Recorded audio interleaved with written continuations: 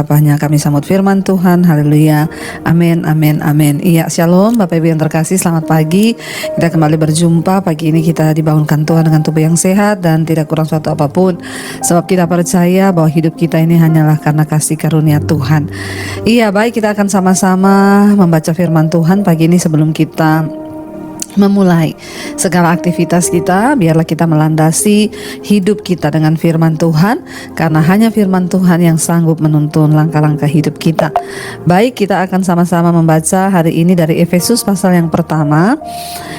Efesus pasal yang pertama, saya ingin kita baca bersama ya, mulai dari ayat yang ketiga ya. Efesus 1 ayat yang ketiga sampai dengan ayat yang ke-6 ya. Efesus 1 ayat yang ketiga sampai ayat yang ke-6, firman Tuhan berkata begini. Kalau kita lihat judul perikopnya di sana adalah kekayaan orang-orang yang terpilih. Ayat 3 berkata, terpujilah Allah dan Bapa Tuhan kita Yesus Kristus yang dalam Kristus telah menganugerahkan kepada kita segala berkat rohani di dalam sorga. 4. Sebab di dalam Dia Allah telah memilih kita sebelum dunia dijadikan supaya kita kudus dan tak bercacat di hadapannya.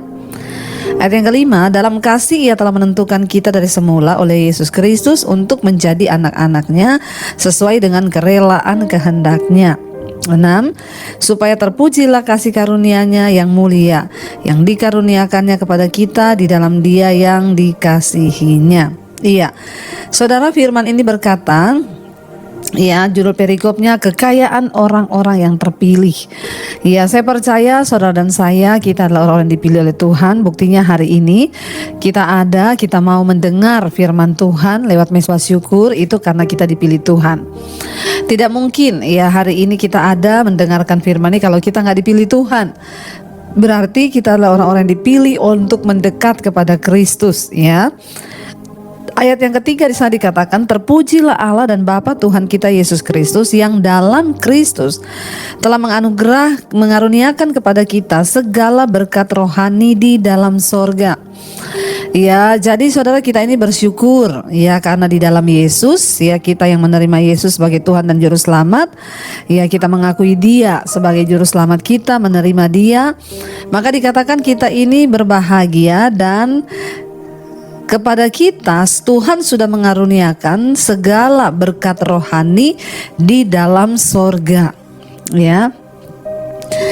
Saudara, surat ini ditulis oleh Rasul Paulus ya kepada seluruh orang percaya atau jemaat Tuhan yang ada di kota Efesus. Ya, kita pun hari ini adalah orang-orang percaya yang juga ya ditujukan surat ini kepada kita, yaitu firman Tuhan ya. Dan di Efesus semua orang percaya ya dikuatkan oleh Rasul Paulus dengan surat ini untuk apa? Untuk memberikan pengajaran tentang bagaimana mereka itu ya menjaga iman mereka kepada Tuhan ya, dan mereka harus lebih sungguh-sungguh lagi kepada Tuhan ya. Dan Rasul Paulus juga ingin ya menuliskan informasi penting karena ia sedang berada di dalam penjara akibat memberitakan Injil, sehingga ia tidak bisa mengunjungi sendiri jemaat-jemaat itu. Jadi kenapa ada surat Efesus ini ditulis oleh Rasul Paulus yang adalah ilham dari Roh Kudus untuk mengajarkan jemaat bertumbuh? Karena Rasul Paulus sedang berada dalam penjara ya, karena memberitakan Injil. Dia memberi kekuatan kepada jemaat ya, karena dia tidak bisa datang, saudara. Jadi mula-mula surat ini dikirim ke Efesus, lalu kemudian diedarkan ke gereja-gereja lokal di sekitarnya, ke jemaat-jemaat Tuhan yang ada. Jadi Paulus tidak menyebutkan ya masalah-masalah tertentu atau situasi setempat, tetapi ia lebih menyampaikan ya tentang bagaimana mereka itu harus ya lebih sungguh-sungguh lagi bertumbuh di dalam iman. Ya, kita tahu bersama ya, Rasul Paulus telah menjadi seorang Kristen selama hampir 30 tahun. Ia telah melakukan 3 perjalanan misi ya, dan mendirikan gereja-gereja di sekeliling Laut Tengah ya. Ketika ia menulis surat Efesus, Paulus sedang berada di tahanan di Roma, saudara. Ya, dan ini adalah salah satu latar belakang dari surat Efesus ini. Kita melihat bagaimana ya Rasul Paulus itu seorang yang sangat gigih dalam memberitakan Injil.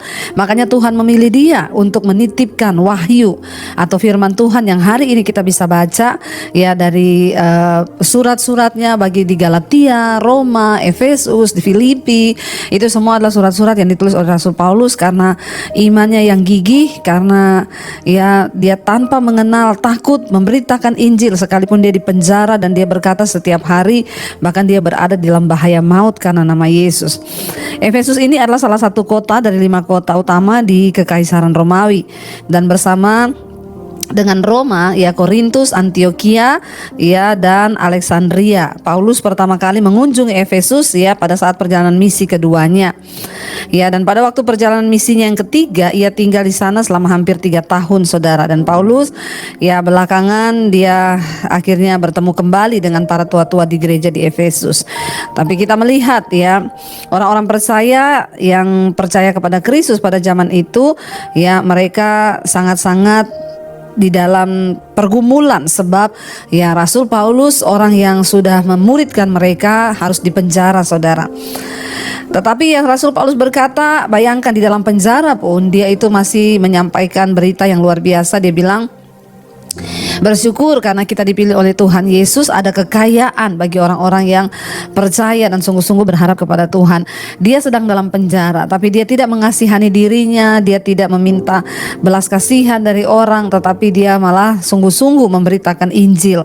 Dia berkata, terpujilah Allah dan Bapa Tuhan kita Yesus Kristus yang dalam Kristus telah mengaruniakan kepada kita segala berkat rohani di dalam sorga. Rasul Paulus sedang menyampaikan kepada setiap jemaat dan termasuk kita hari ini, ingat saudara, bahwa kita yang sudah dipilih dalam Yesus ada berkat yang sudah Tuhan siapkan di dalam sorga, dan kita semua sedang menuju ke sana pada hari-hari ini. Sebab di dalam Dia, ayat 4, Allah telah memilih kita sebelum dunia dijadikan supaya kita kudus dan tak bercacat di hadapannya. Jadi panggilan dan pilihan Tuhan atas hidup kita ini sebenarnya sudah ada sebelum dunia dijadikan. Bahkan sebelum kita lahir dari kandungan ibu kita, nama kita itu sudah dikenal oleh Tuhan.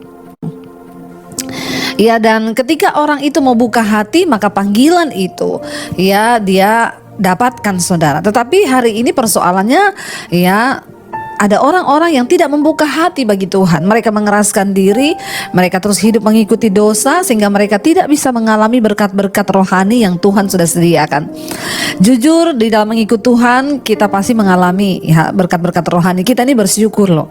Jadi anak Tuhan, pengikut Kristus itu bersyukur. Saya berulang-ulang kali berkata, ya ada damai sejahtera di hidup kita, dan itu hal yang tidak pernah bisa dibeli dengan uang, saudara. Ada damai, ada sukacita, bahkan sekalipun kita dihina, sekalipun kita sedang dalam masalah, ya damai sejahtera yang dari Tuhan itu luar biasa, dan itulah harta kekayaan ya sebagai orang-orang pilihan Tuhan.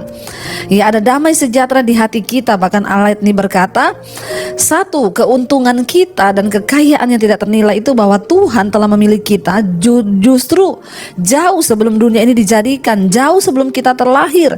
Ya, dan Tuhan memilih kita untuk apa, saudara? Supaya kita ini kudus dan tak bercacat di hadapannya. Tuhan panggil saudara dan saya untuk apa? Untuk menguduskan kita, supaya ketika Dia datang nanti kita ini kudus, layak, tidak bercacat di hadapannya.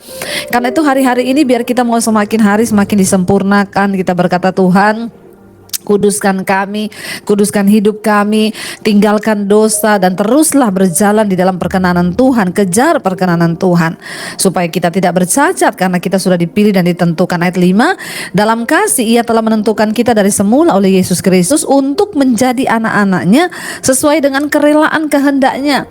Kekayaan yang berikut adalah kita percaya kepada Kristus, adalah kita ini dipilih menjadi anak Allah. Bayangkan saudara, kalau orang tuh diangkat jadi anak, misalnya hari ini ya Pak Jokowi berkata, saya mau cari anak angkat, lalu kita diangkat oleh seorang presiden menjadi anak angkat. Bukankah itu hal yang, waduh saya diangkat loh jadi anaknya Pak Jokowi, jadi anak angkat. Kita pasti senang. Kenapa? Karena kita bisa menikmati semua fasilitas-fasilitas yang juga mungkin dia nikmati. Apalagi firman Tuhan berkata hari ini kita ini diangkat menjadi anak-anak Allah. Nah, kalau kita diangkat menjadi anak Allah, bukankah itu lebih berharga lagi? Bukankah itu lebih mulia lagi? Karena kita diangkat menjadi anak-anak Tuhan, saudara.